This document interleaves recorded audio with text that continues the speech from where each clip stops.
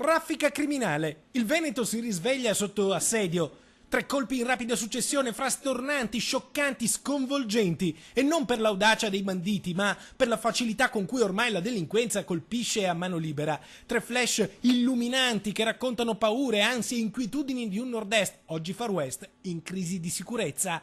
Tutto in poche ore. A Mestre, ladri in azione in un bar del Parco San Giuliano. Sono le 11 di sera quando i predoni oscurano la telecamera di sicurezza puntata sul parcheggio, dove ogni giorno le automobili vengono forzate e danneggiate. Usano come ariete un palo stradale, sfondano la parete in vetro mattone del locale e poi fuggono con la slot machine che custodisce un bottino di 500 euro. La polizia accorre a sirene spiegate e mentre gli investigatori stanno ancora cercando una traccia utile alle indagini, nel Padovano a Cadoneghe è già entrata in azione un'altra gang.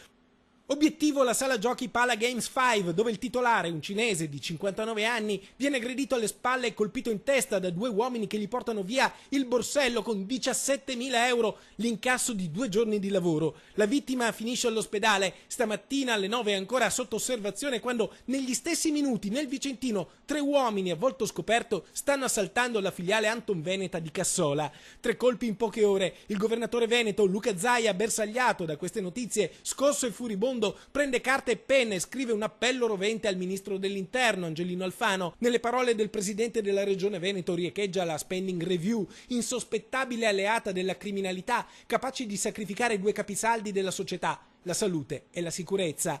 Ma l'appello del governatore Luca Zaia è tempestivo, parte proprio in concomitanza con i pesanti tagli ai presidi di polizia nel Veronese, dove scompaiono la squadra nautica sul lago di Garda, la postale e la ferroviaria periferica. Nel Veneto stiamo parlando di quasi una ventina di posti di polizia, parliamo di ben più di 250 uffici di polizia in tutta Italia che saranno appunto destinati alla chiusura entro i primi mesi del 2015. Insomma, il Veneto sotto assedio lancia segnali disperati. La criminalità è come un virus, si nutre di paure, prolifera con la crisi, si moltiplica con il degrado e provoca degenerazione culturale e sociale. In questa foresta la gente ha paura, la gente è arrabbiata, la gente è disperata e chi ha già pagato dazio alla malavita oggi si sente abbandonato, sa di essere disarmato, sa di essere solo. Di blindarti, di far di tutto, però non basta mai.